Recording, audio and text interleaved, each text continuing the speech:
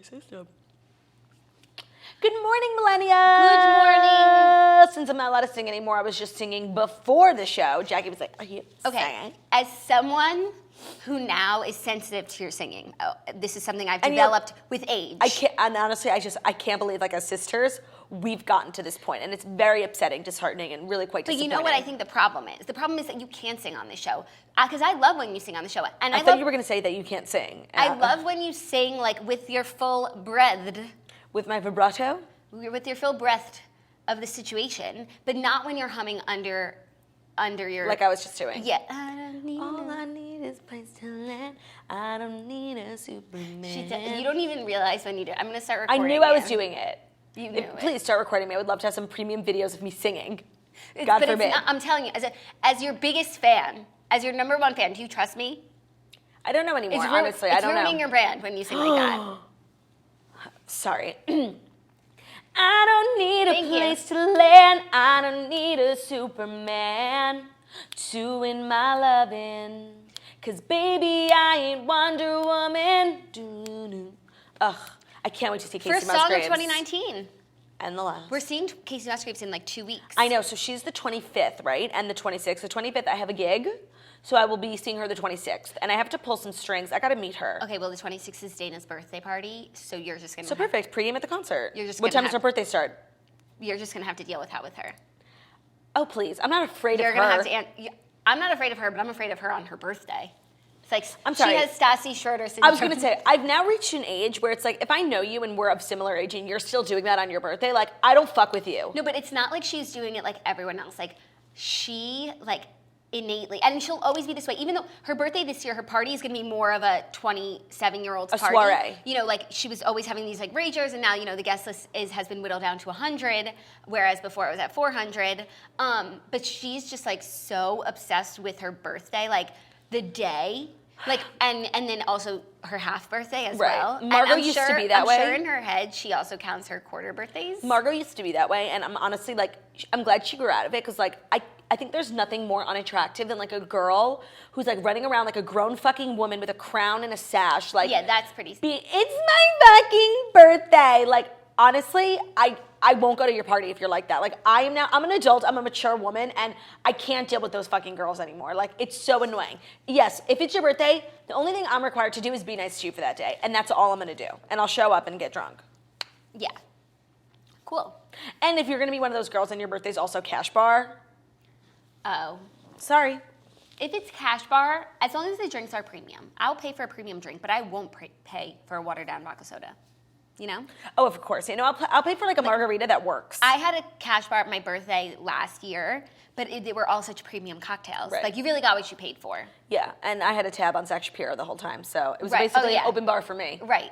You can shout at, don't do this, but if you are at a birthday, you could shout any one of someone's name in our family, and they probably have a tab open. Yeah, no, honestly, it's usually me, and like Snitch is always taking advantage of my tab. Also, Snitch is supposed to be working today, and Homegirl just like didn't show up. So when she gets here, we're going to shame her live on television. Also, here's what's going down today. We're going to deliver the Fast Five, obviously. I have some deer toasters, and I have a major update from a very famous deer toaster that we discussed a couple months ago. I will reread it for any new toasters, but it involves a law firm and a lot of bottles of water, and it was quite interesting, and I got an update from the gal. So it's our first segment of Beyond the Toast.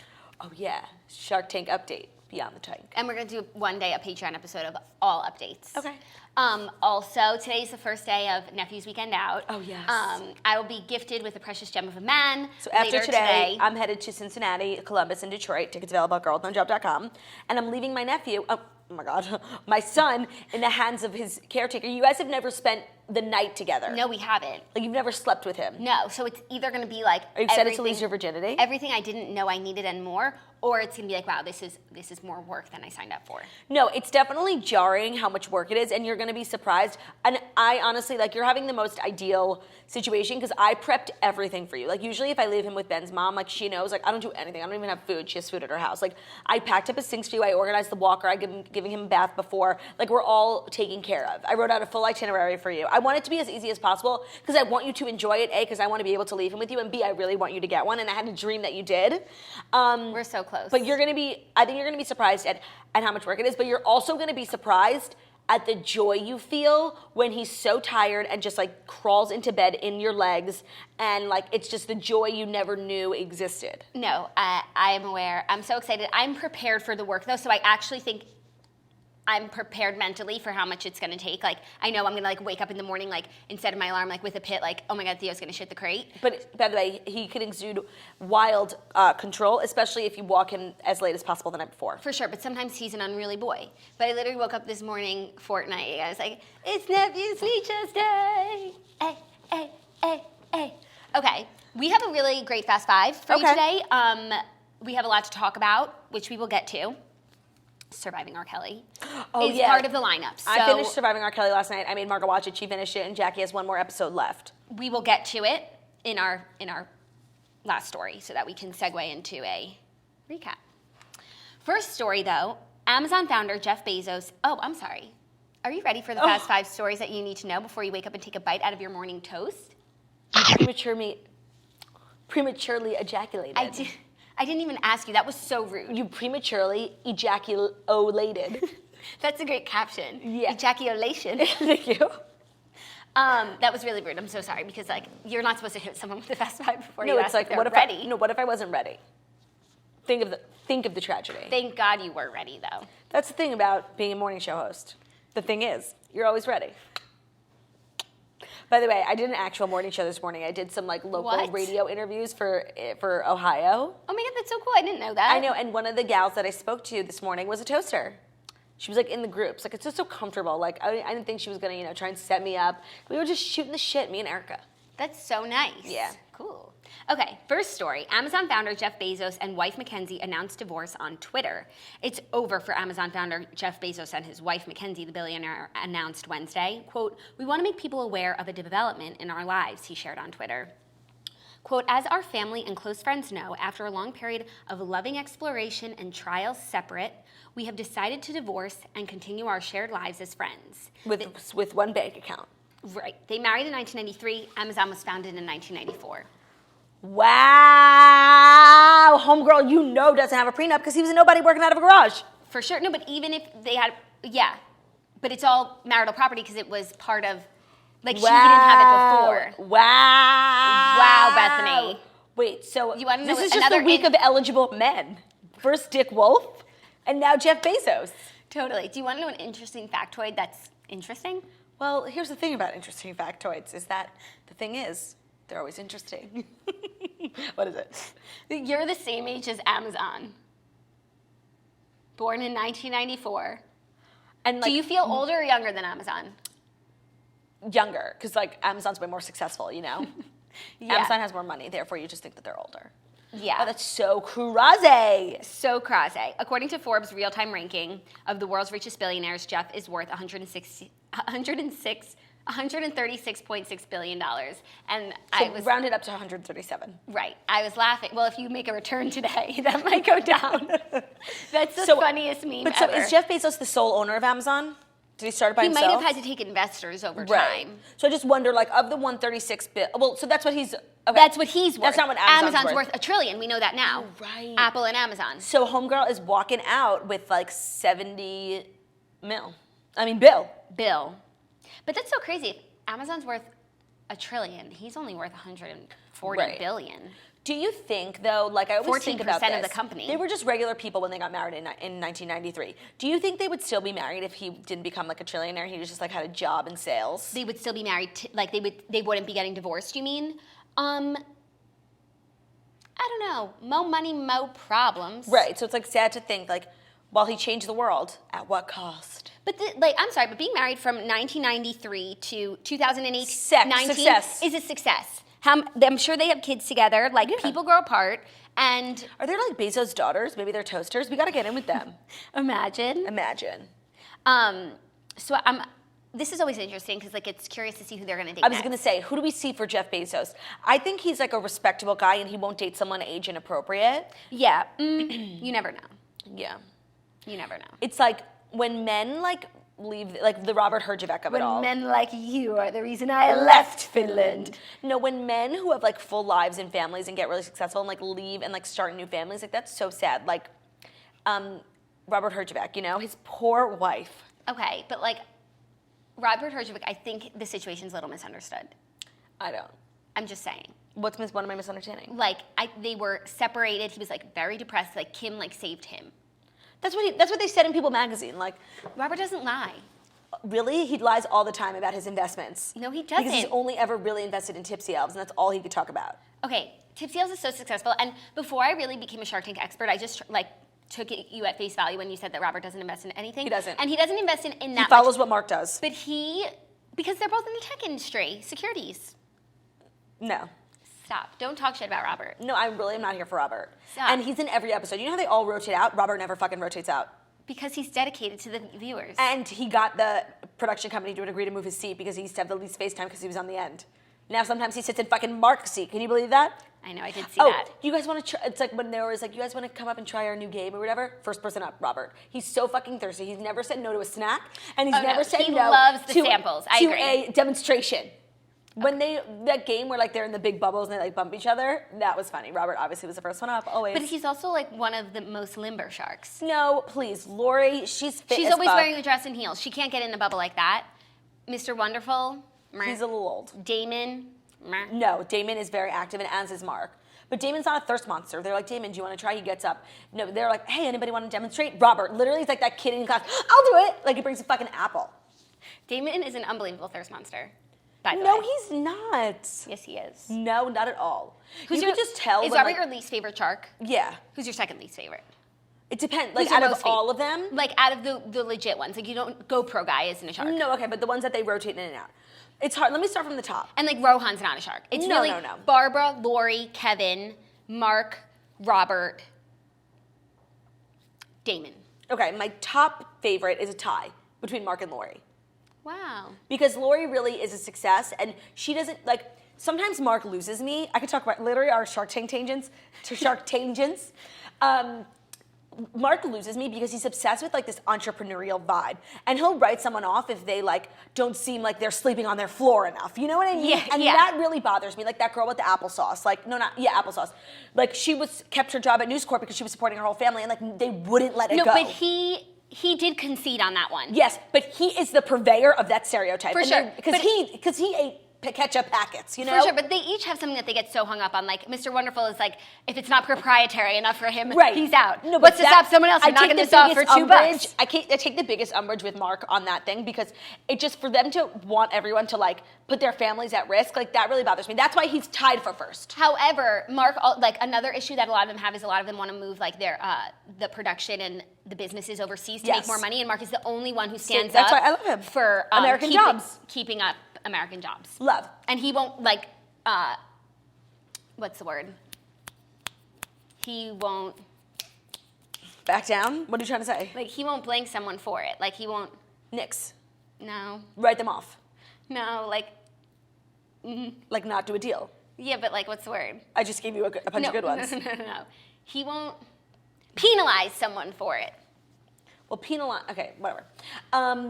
Then I would say after that it's Mr. Wonderful because he's fucking hysterical, and I don't agree with any of his deals or like his business, and like when he does invest, he invests in like the shit nobody wants. But I just love him. I think he's a great actor. I think he's funny. It took me a while to get there. After that, I would say Damon. Okay. But you know what? It's like they bring in sharks. I mean, they bring in investors like targeted for Damon, like someone who works in textiles and like used to like literally has the same career as Damon, and he never buys what they like. They always bring in people that like are famous. perfect for Damon, and he's like, no, I don't want it. He goes to this shit like nobody thinks he would want. You know, and I love that. He's trying to diversify the portfolio. Then Barbara, and then Robert. Did I forget anyone? I don't know, but I just can't believe Robert's your last. Like, he's literally. I see right through him and his little tight pants. No, he's as genuine as he seems, I think. Whatever. Agree to disagree. Jeff Bezos has to be on Shark Tank, by the way. Do you think he's like too successful? I think so. Yeah. And like, what is he going to do? Really invest in something when like his investments are like major? He's not a venture capitalist. He's Right. an M&A. And you know what's so funny? Is like the companies that he purchase other companies. Like Ring was purchased, and then Ring was on Shark Tank as a judge in Shark. Right. Ring had some really big press Oh yesterday. my God. I was literally just going to say that. Did you guys see? The Ring is a Shark Tank success story, but what it is, it's a video doorbell. So if like you're sitting in the kitchen and the doorbell rings and you're not expecting someone, you can just look on your phone and you see a camera. It's also good for security. I forget where it was, somewhere in America. This woman found 3 hours of footage from her Ring doorbell of literally just a strange man licking her doorbell for 3 hours. And she put the video on Facebook and one of the local news stations picked it up. It is the most disgusting thing I've ever seen in my life. It's horrible. Maybe he's like a Shark Tank super fan. Maybe. That's so gross. But it's honestly not even gross for her because she doesn't touch her own doorbell. No, it's gross for her visitors. But he wasn't ringing. Oh, you're right. Yeah, he wasn't licking the camera. He was ringing the bell. He was licking the bell. Yeah. But it's like if you But didn't it go off if he was licking it? No, because like it depends what kind of doorbell it is. But and it depends some what kind of doorbells tongue he has. Really require a big. Yeah, it depends on the tongue. If it's Jacob Elordi's tongue, the bell will ring. The biggest tongue ever. By the way, what does your doorbell sound like? It's very doorbell vibes. Like bum bum. Yeah, but it's not like a. Mine's slow. Mine's like bum bum. That's nice. I used to have one that was like a. Oh, that's horrible. Literally could wake you up in the middle of the night and like you think it's a murderer. That's horrible. Okay. I've always wanted one that's like Hava Nagila Hava. They make those. I wonder how you do it. No, I want one that's like do do do do do. That's rich. That's super rich. And it echoes throughout the home. Right, it keeps going until you open the door. Yeah. Ooh, that's annoying. Yeah, or just like the climb. No, because that will ruin your. It's just like using a song as your alarm. Yeah. Great way to ruin a song. Yeah, you know the only song that withstood that for me is all throughout high school and middle school. My alarm was "Good and Broken" by Miley Cyrus because I said to myself, I'm like, I hate waking up. Let me put my favorite song. That's what. Maybe it'll help. And it had the potential to ruin it, but it didn't, and it actually did help. It would wake like this. This is how I knew I was waking up. I was like, are you overloaded, candy coated? Your life's imploding now. And then I would slowly keep singing. I would slowly wake up. Risks worth taking, a pain worth aching on this hollow ground. We can't let go of our na-na-na-na. Life is hardest parts. So I'm like, what's the next line? When we keep on stopping. When we keep on stopping and keep on rocking to the rhythm of our hearts. We can break out of here, jump on. Oh, that's really good. Yeah. Zach and I have separate alarms, and Zach has a few songs on rotation ever since we've been together, and they're Drake songs. So if he wanted me to like his music, like it's not helping, and it's like, hey there, beautiful. What the fuck? And when we were at the Drake concert, he started. What is that? It's a Drake song. Well, and he also has one that starts with a pop champagne, but it's like, That's hey scary. there, beautiful. And I forgot. And when we were at the Drake concert, he started playing one of the songs from the alarm. PTSD. Like, turn it off. That is so funny. Well, our condolences to the Bezoses.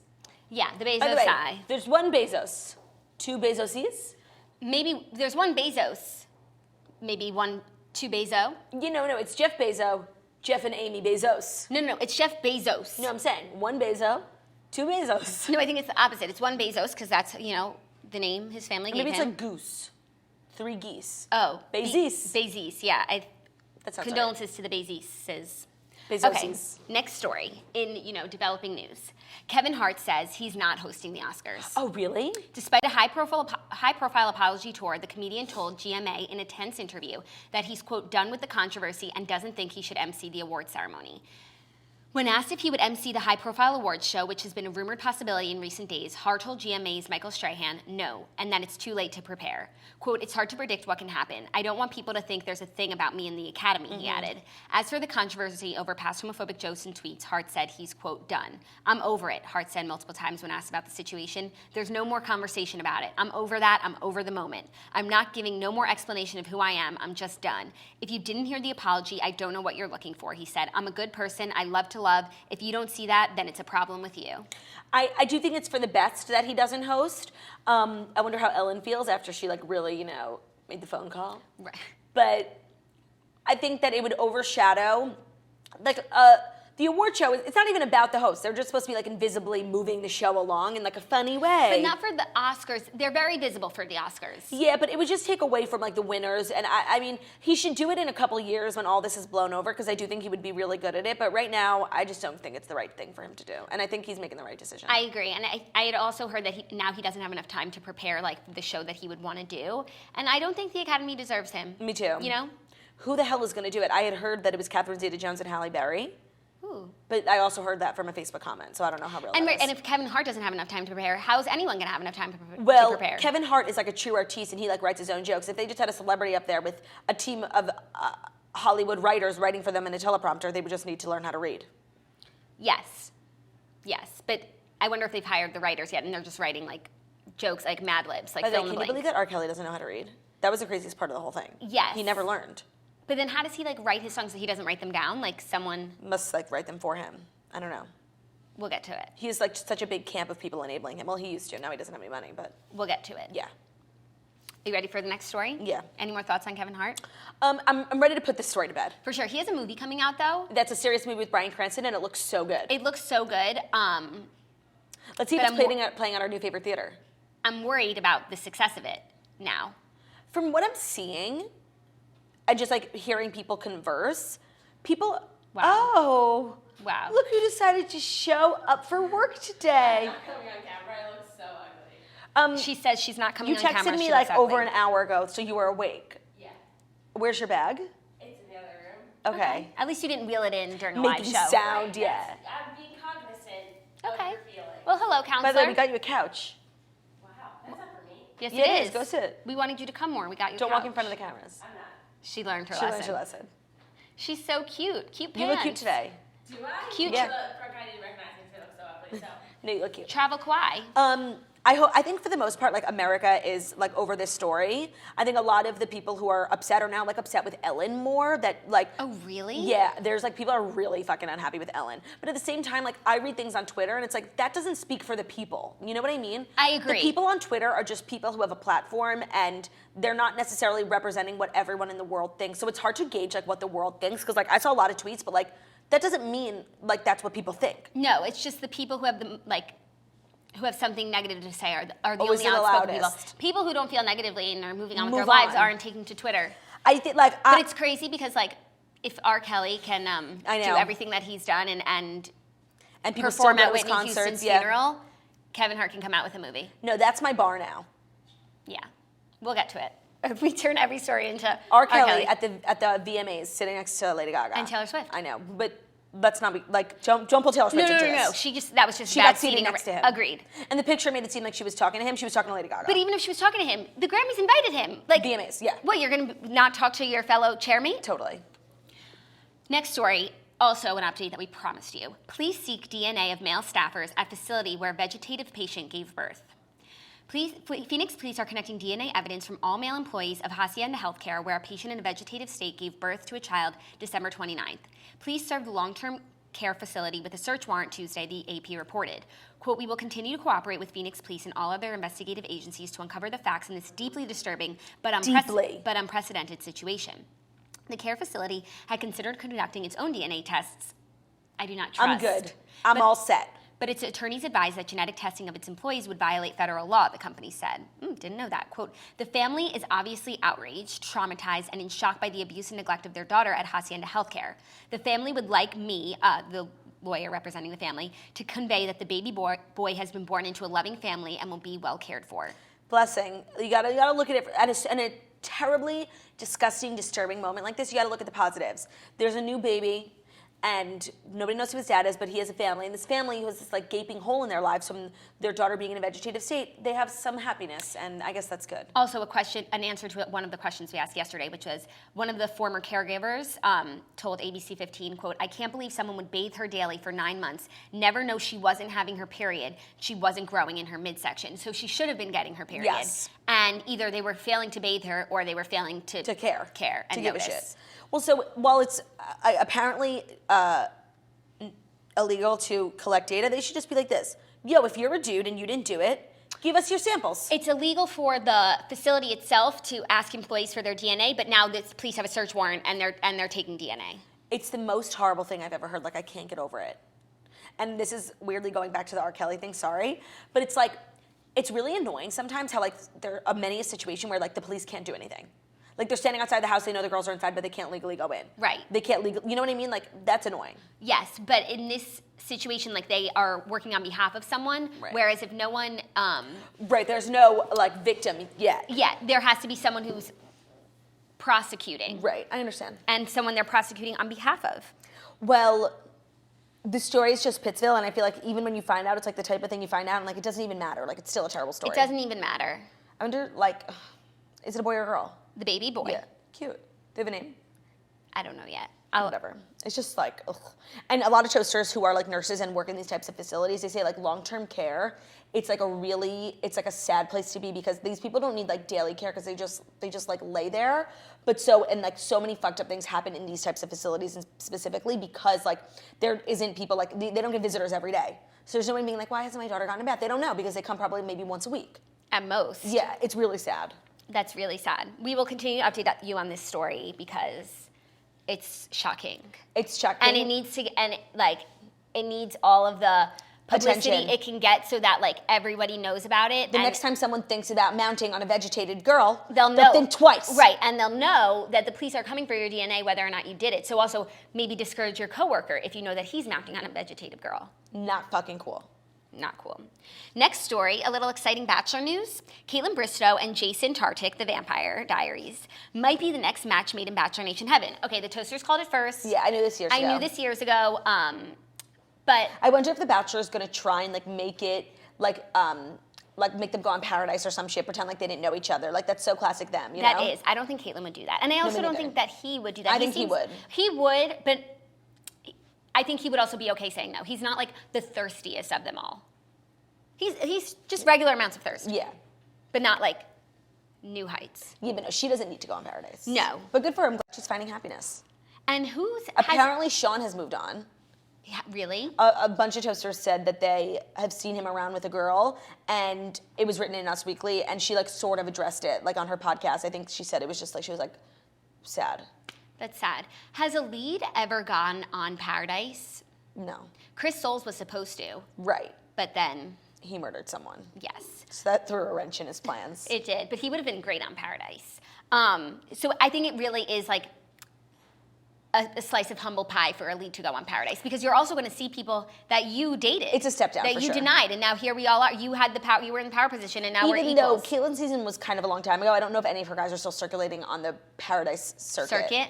Because that's like Ben Higgins, you know? Yeah, but it's like Jared, and it's Ben Z. He was just there. Was that 2 years ago now? Yeah, and Jared hasn't been Wow. on in a while. Makes you think. Yeah, so she wouldn't see anyone she knows, but still, I don't think she would do it. Yeah, nor should she. They seem to be like cute. Well, and now that on Instagram, her and Sean are broken up, weirdly enough, it's like The Bachelor is including, they used to like hate her and Sean and like never include them in anything when they were like the biggest success story. And they love to promote their success story. So now that they're broken up, they're bringing her in, which is even weirder. Like you Yeah. would think that they would want her when she was in a relationship that The Bachelor facilitated. But I'm happy for her. me too. She did a good job in the hosting thing. Agreed, and I could see these two together because Me too. he seems like a good, like, solid guy. Right, like with a backup plan, like a job. Right, and I was gonna say I don't know if he has a job, but he seems like he would have one. Right, if someone told me he has a job, I wouldn't be surprised. Yeah, so I'm here for it, and I'm here for her happiness and whoever that's with. Yeah. Next story I chose for one sister, and now that another sister has arrived, I think you guys will find this interesting. This actor refuses to kiss actresses on screen. Oh. And then I will tell you who it is. He played a soldier who once killed a German with a perfect grenade lobbed to the head, but don't ask him to gasp, kiss gorgeous actresses for the cameras. Band of Brothers and Desperate Housewives actor Neal McDonough, who plays Crazy Dave.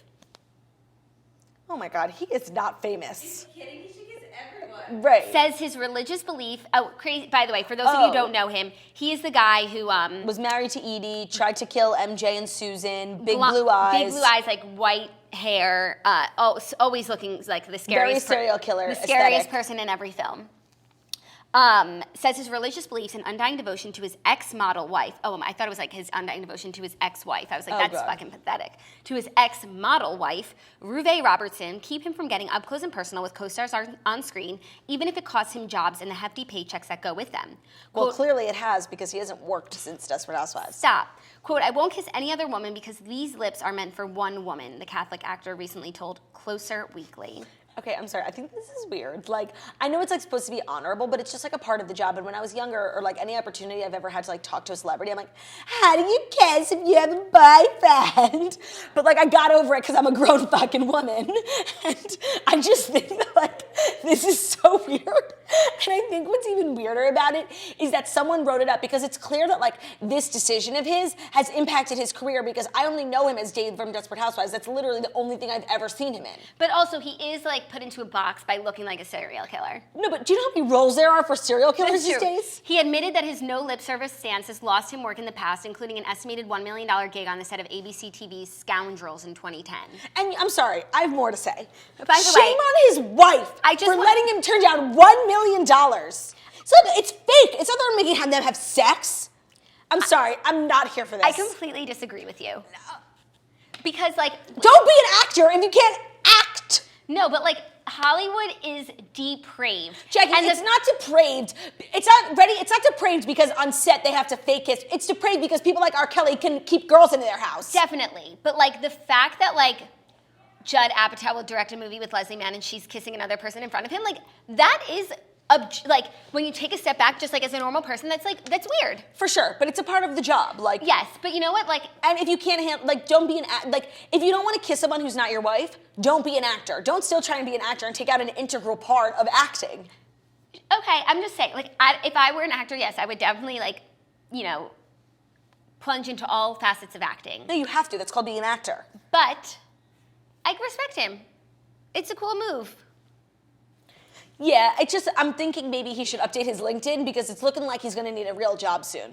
No, he's doing okay. He's like one of those guys. Turning down $1 million.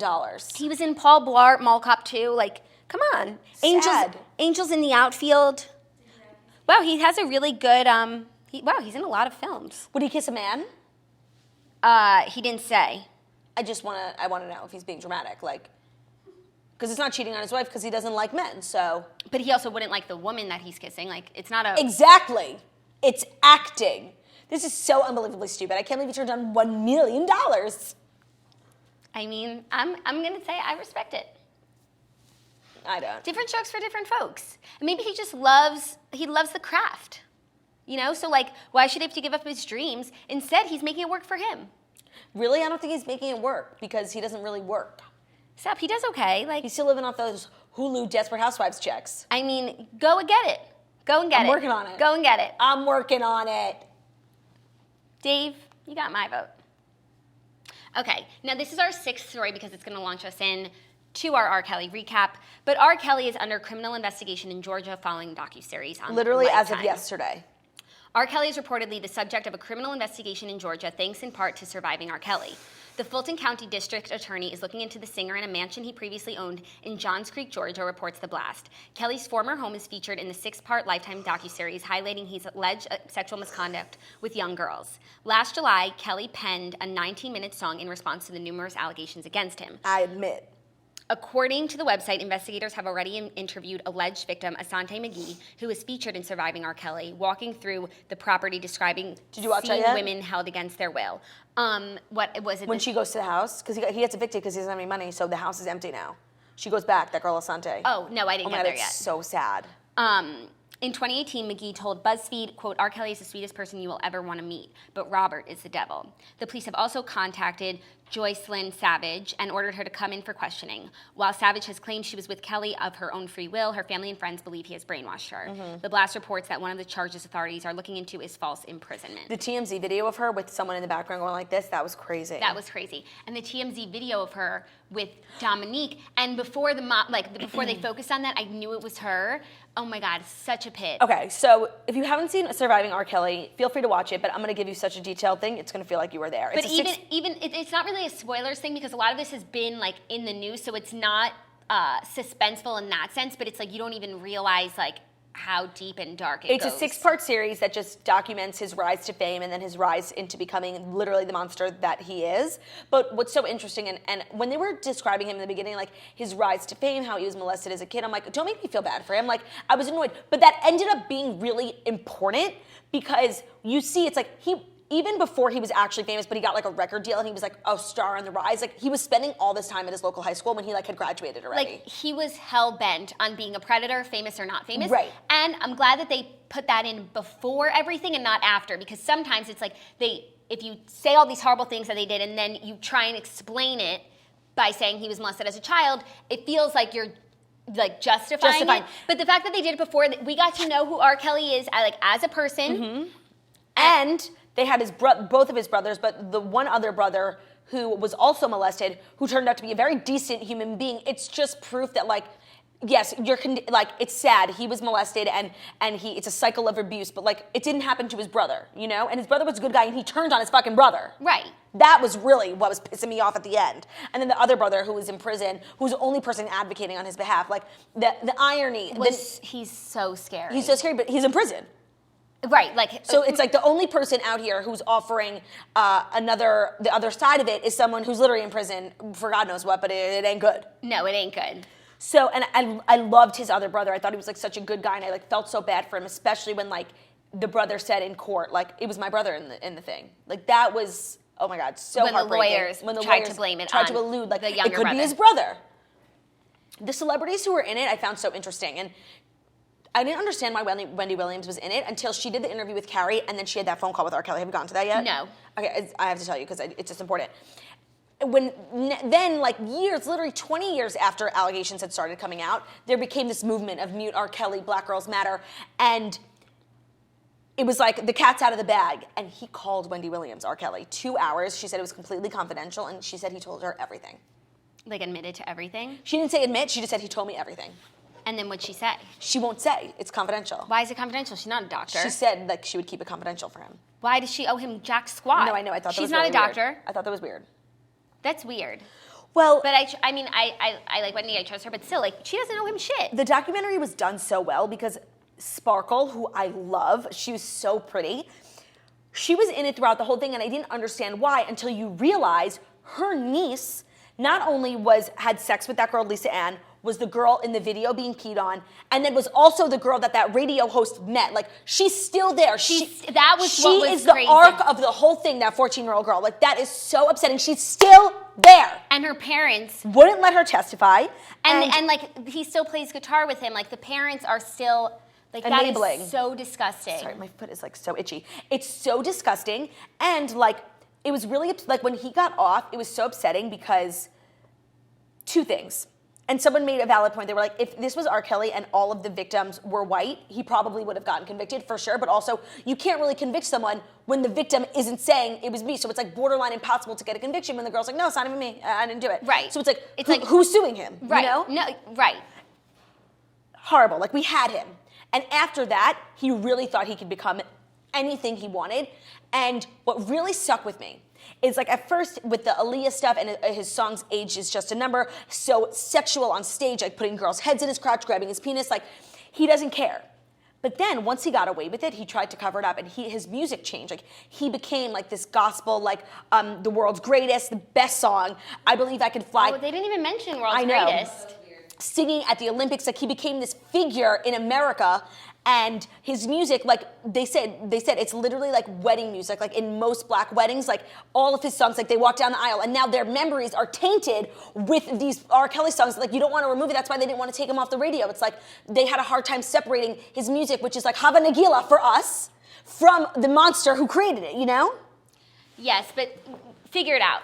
Figure it the fuck out. Also, everyone could have done better. Also, if you got married 10 years ago and you danced to R. Kelly songs at your wedding before you knew that he was a monster, like, that memory's not tainted. Like, that's your fucking wedding. It was a great day. Don't let R. Kelly ruin it. Totally. But just stop listening to his shit in the future. And the last episode, which you've yet to see, is like the justice just in the forms of, like, Spotify taking his music down, Atlanta radio agreeing to stop playing his music. It's all good, but it's so not enough. late. Not even that. It's so late. And so many lives have been ruined. And they didn't touch on it, but I need to know the Lady Gaga of it all because it's really weird. Yeah, especially just the song itself. I didn't realize even in 2013 when it went to the VMAs, like, he was pretty much canceled. Yeah. And what's so crazy about the whole thing... To me, I've always, like, associated, like, R. Kelly, like, weird, ostracized. For me, all I've, like, just for even someone who's very involved in pop culture, from me being, like, not being an R&B fan, but knowing who R. Kelly is and him being a little bit before my time, all I knew was, like, really good at what he did a couple years ago, isn't as successful anymore, has a weird fetish with peeing. I didn't know the whole underage child predator thing, you know? Right. Because it's not spoken about. And it's so weird how he's, like, weirdly protected. And Did you get to the masked person yet? Yes, they're in it, but they haven't.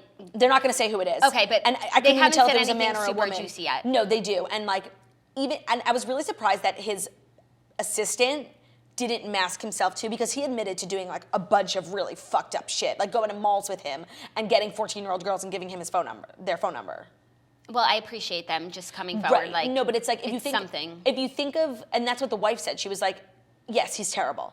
But do you know how many people had to arrange cars, contact the girls, get their flights booked? Like the amount of people involved in this whole scheme that weren't actually having sex with the young girls, but making sure that they got to where they needed to be to have sex.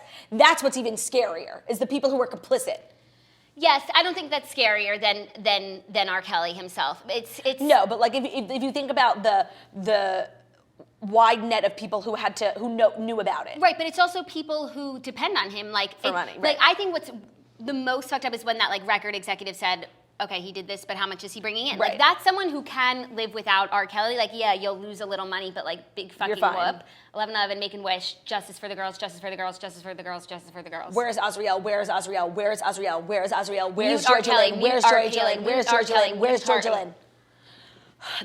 The cult thing was really like what got to me. What's crazy is, so that BuzzFeed article that they reference in the movie that is really the modern times of what he's doing in the cult. When that came out, I read it and I was just like, I already thought like negative things about him, but I was just like, this is so like weird. Like, how is he like still doing shows and blah, blah, blah. And still no one really cares. Like, and then they cut to footage of people outside his concerts. They're like, I don't care what he does in his personal life. I like his music. What? What?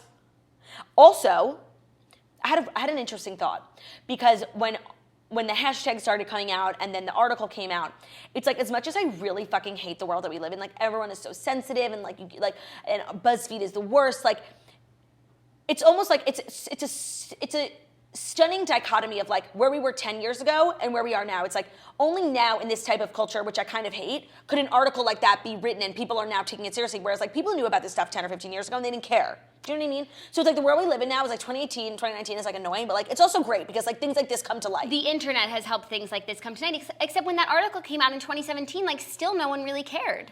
It's like the weirdest thing. And you know what I think really like changed? I think for a while it's like people didn't know how to cancel, like how to logistically cancel people, and now we're over canceling people. Yeah, but we got like, too excited. The Harvey Weinstein, Bill Cosby, Kevin Spacey, like, and I think really started with Bill Cosby and Harvey Weinstein, like them being taken down like in such a way now like has set the template for how other monsters can be taken down. Whereas for so long people no one knew the steps. Like first it's firing, then it's media, and then it's canceling boycott, shows, it's advertisers, it's everything. And obviously y'all have taken it a little too far in some places, but it also has helped in situations like this. Well, what's so crazy also is like the whole world is being taken by storm by this documentary. Like everyone's talking about R. Kelly. It's been trending on Twitter literally for weeks. And the girl's still locked up in his house, like have no idea. Yeah.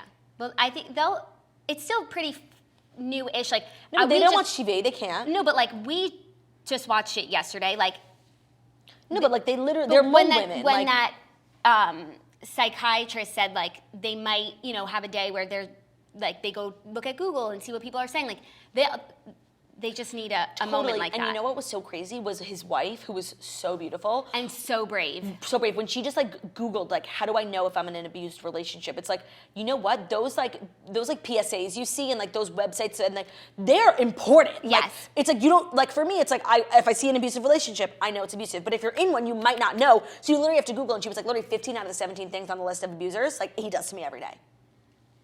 Horrific. And everyone was really graphic about like the sex and the terrible things, but they were like, I can't even speak on like the really bad things. So it's like I was hearing like the not terrible things and they were fucking terrible. Right. You were hearing like the palatable things. Right. So insane. So insane. I really hope that like that they are able to pull him up on charges. I know. It's just like the world has turned and that's important. But where's the police? The police are there. They're ready to go, but they need something. When Azriel's mom was like, I've been to prison. I don't mind going back. I was with her. I haven't seen that part yet. Oh, sorry. It's okay. It's like, because it's not even about the suspense of like what's gonna happen next. It's like just listening. No, but when she went to the when the mom, when Michelle, I think her name was, went back to the hotel and they were like, your daughter called the police. I was like, are you fucking kidding me, girl? I'm like, Stockholm Syndrome, are you for real? And then she called her. She was like, I knew it wasn't you. And I'm like, oh yes, it wasn't Dominique. And I felt bad that I believed that it was. And then when they're walking out arm in arm, like I literally couldn't stop crying. Like it was such an amazing, and I can't believe they got it on camera. I know. But they did it in a way, they said, the mom was like, she doesn't want to be on camera, and they turned the cameras off. Obviously, she forgot she was still wearing a microphone, and I'm glad that we had the audio, but like, Lifetime was extremely respectful. Extremely respectful, and I really think, as much as like the internet is helping move things along, BuzzFeed article, even though that really didn't like have affect much change, documentaries are doing so much. Three Identical Strangers, like, we're gonna petition Neal, we're gonna get- Starting movements. They're really starting movements and opening people's eyes, and they're also, like, I just think it's the best format for serving up some justice. The daddy thing, like, freak. And he just like has this whole run of show plan, like right, how like it starts, how it ends. It's like so systematic. It's and they all have the exact same story. Right, and what was so like really sad about it is like of all the survivors that they interviewed, there was one, maybe two, of girls who wouldn't let themselves be controlled or abused. They saw one weird thing and they were out. Like, you haven't met her yet, but Faith Rogers, like, she saw something and she was like, this is fucking weird, and left. And there was one girl in the beginning. But for the most part, he really knew how to find girls who were vulnerable and, like, came from, bad homes with like, not great family situations, and, like, really, like, latched onto them and separated them from, like, the one or two people in their lives who really cared about them and, like, made them think, like, they don't love you, I love you, like, fucking psycho! Like, God complex. And it was giving me, it was reminding me of the whole scandal with the church, and it was like the. Margaret, did you just airdrop me something? Yeah. I know. Wait, stop. But she Wait, hasn't seen the last episode. Yeah, it's like. And did you read that thing? No, I almost did. Decline it. Margaret airdropped us something. I know. I was going to talk about it, but I wanted you to see it for yourself. We'll talk about it next week. I'll finish it tonight. It was reminding me of the church and the priests, how they use God to like intimidate people who come from broken homes. It was Kimmy Schmidt. Sure. That's what I was thinking the whole time. That mom was like so brave because she was so patient, and I guess there's like a way. I mean, I don't know, but like and I'm sure she had been in contact with many psychologists who were to say like, if you do come in contact with your daughter, like don't yell at her. Like she was so calm, and she was on the phone, and she was like, okay, whatever you want, I'll come at 6. Come. And when she was like, I'm sure it was so hard for her when she was at the hotel room when Dominique was like, there's someone here, you have to leave, and she left. Like she was very calm and persistent, and never was like screaming, come home. Like she did such a good job. I could like if that was me, I'd be like, get in the fucking car right now. Yeah. Are you fucking kidding me? Like that would be me. Right. But she was so calm and like tempered. By the way, I'm sure she tried that before. Yeah, and it in didn't the work. 2 years that she didn't see her daughter, she tried every method. I just couldn't believe they got that on camera. I know. And then I thought we were gonna go get all of them, bring back our, like that's literally what I thought. I thought we were gonna go get Osriel. And we almost did. I have to watch. Anyways, really upsetting. Everyone should see it because it's also just like so disgusting to see like a predator, the tactics that he uses, how it really could be what you think, oh, you look at this, you're like, oh, how could they fall for that? Like, it's easier than you think. Totally. Especially it's like if it's someone you look up to. The thing is, like all these girls were his #1 fans, and they really thought that like the public was trying to take him down with that video, and they were outside of his trial like saying, we believe you, we love you, and like he used those types of girls, the girls who adored him and loved him, like to infiltrate their minds. Sick. Vile. Sick. Oh, so the most interesting part is at the end they do updates on all the girls, and literally all of them went into some sort of like public service of like helping victims of domestic abuse, and they all like started their own foundations, like wrote their own books, like and started hotlines. Like it was really sweet. That's really sweet. I'm excited to get there. Yeah. Crazy. I just want to say one thing about Sparkle, that she was a great aunt as well. Oh, totally. I loved Sparkle's bangs. I loved her. And, like, she didn't talk to her family for 10 years because the parents of the girl and her other brother, the guitar player, like, testified that it wasn't her. Could you believe that? No, I couldn't. No, I couldn't. Okay, so now for some Dear Toasters. For some issues that are way less complex. Yeah, we do Dear Toasters. It is our advice segment. We're doing 2 this week because we're just like right on top of that, Rose. You can email deartoasters@gmail.com. It is our anonymous advice segment. We talk about everything from, bridal feuds to family drama, but we really like the interesting things. We have an update for you guys today also. But before we do that, this is a Dear Toasters. It's a little short one. It's called Short like us. It's called, I can't see the search bar. I can't see the subject line. Okay. So I've been seeing this guy for about a month now, and we usually sleep at my house every night, but we ended up crashing at his house last weekend after a night out. When I got home later that day, I noticed in the shower I had these little bites all over my body, some on my arm, my stomach, and my ass. I didn't want to jump to any conclusions because his apartment is very normal, clean for a guy, so I thought maybe it was a rash or something. I don't know. However, I slept there last night and the same thing, more bites. Now I know for sure that this amazing guy I've been seeing has bed bugs. What the fuck do I do? How do I even bring that up? I suck with these situations. I feel like I can never look at him again and I'm so uncomfortable. Help. That is so disgusting. No, that's vile. By the way, Nick Vile's podcast is called The Vile Files. Oh, good for him. Yeah, I saw it on the podcast app yesterday. Do you think that's a deal breaker? No, because if his apartment's clean, like bed bugs isn't from dirty Bed things. bugs can happen to anyone. Right. It's like lice. People who have lice actually have clean hair. Yeah. Let him know. No, discover it. No, you have to be an actress. That's what you got to do. Like, be like, hey, babe, let me change your sheets. And if you lift up the sheets when you have bed bugs, you see the bugs. They're right there.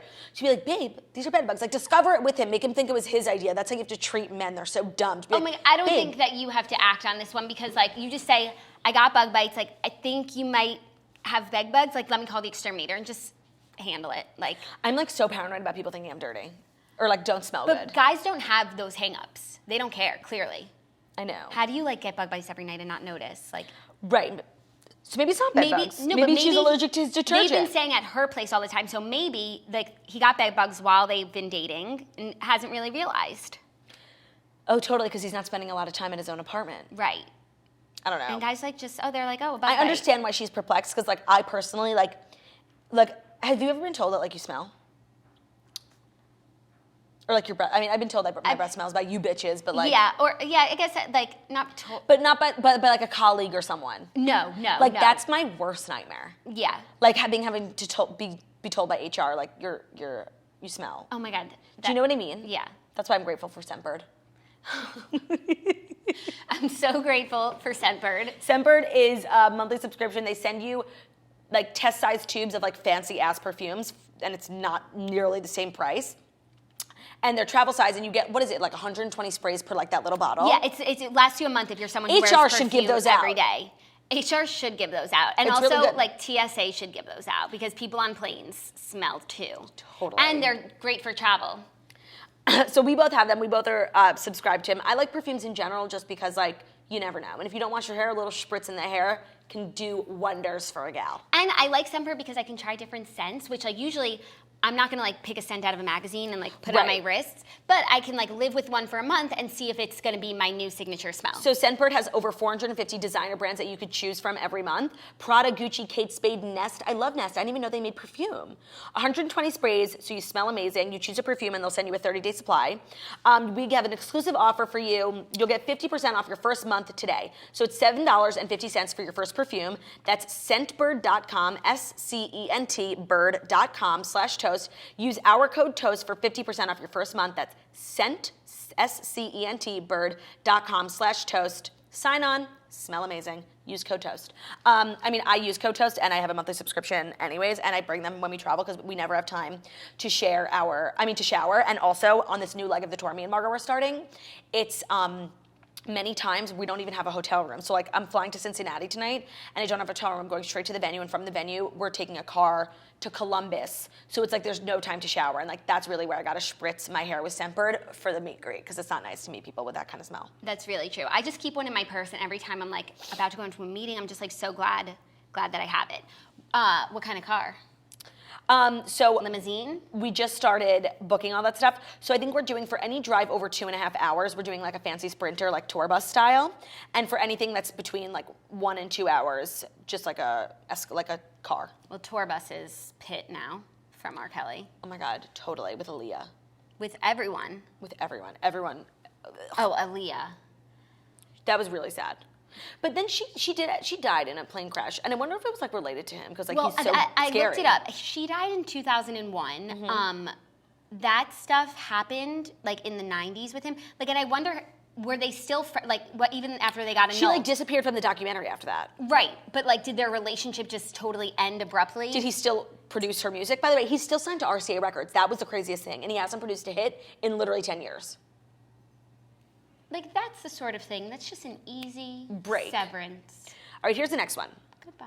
This story is long and messy, so bear with me. Ooh. I had a best friend, let's call her Jan. I've known Jan my entire life. Literally, there isn't one memory without her in it. As a matter of fact, I've had the same group of friends my entire life. One of them passed away when we were in high school, and that really brought us all a lot closer. As we've grown up together, we have done a lot together, traveled, partied, been at family events, yada, yada, yada. Fast forward 10 years, and one of the friends in the group had a gender reveal party. So annoying and extra. I brought my boyfriend, who really didn't want to go. Do you blame him? We've been dating for 11 months. I love him, and it took me a really long time to find someone that I feel is my soulmate. At the gender reveal, there's a lot of food, liquor, and good vibes. I was finally able to catch up with Jan, and I told her that my boyfriend really didn't want to be at the party, and we had a few fights about random things on our way to the party. I didn't know that Jan was wasted off of pink and blue Jello shots and a few glasses of Prosecco. I left the party with my boyfriend maybe a half hour before everyone else. During that half hour, Jan started telling the friends having the baby and her entire family that my boyfriend didn't want to be there, that he almost jumped out of the car on the way to the party. Anything negative that I had said, she pretty much told everyone at the party, including the new parents, which is like so sad.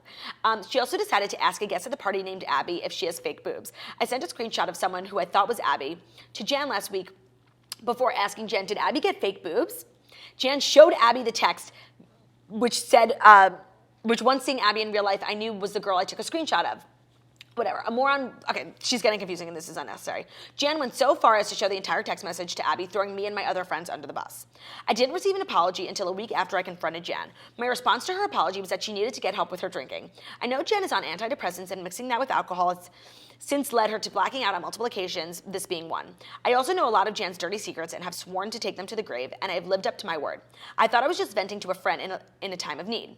Since then, Abby blocked me on social media. My boyfriend is so embarrassed and doesn't want to see Jan or the girl who had the gender reveal party. I've always been the first to apologize, but in this case, I'm not reaching out at all. The gender reveal party happened over Thanksgiving break. Jan didn't say Merry Christmas, Happy New Year, nothing since the initial apology. If she ever does reach out, do I even respond? Is it worth the pit? Okay, because on the one hand, you know I'm all about cutting people out of your life. Me too. But this is like a lifelong... It doesn't matter. People grow apart, just like Jeff Bezos and his wife.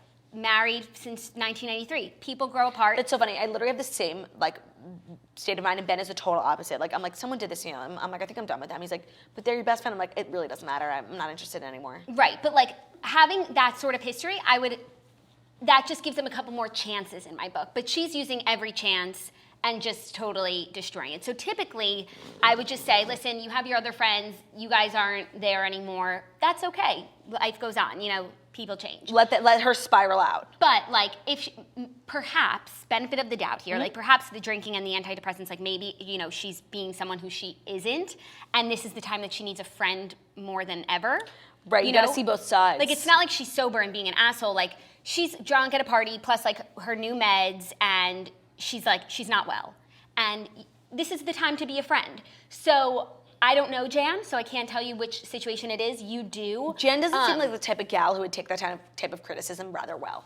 No, but, like, maybe she needs help, and, like, it's just a cry for help. Maybe. And that's when you need to be a friend. Yeah, you know what? You can't back out without having at least tried once. Try to help, say, I'm worried about you. If she doesn't respond well, then you back off, and she'll eventually come back to her senses, and she'll be, like, grateful for that you would at least try to help. Like, if you never try, like, are you a good friend? I don't think so. I don't think so. So I think you should definitely sit her down and be like, I'm upset by all the things that you did, like, really so fucking rude. Like, sure, Jan, but I'm also worried about you, and, like, how can I help? What can I do? And if she's an asshole, sayonara. But if she's, like, breaks down and is a sad steen, lend a helping hand.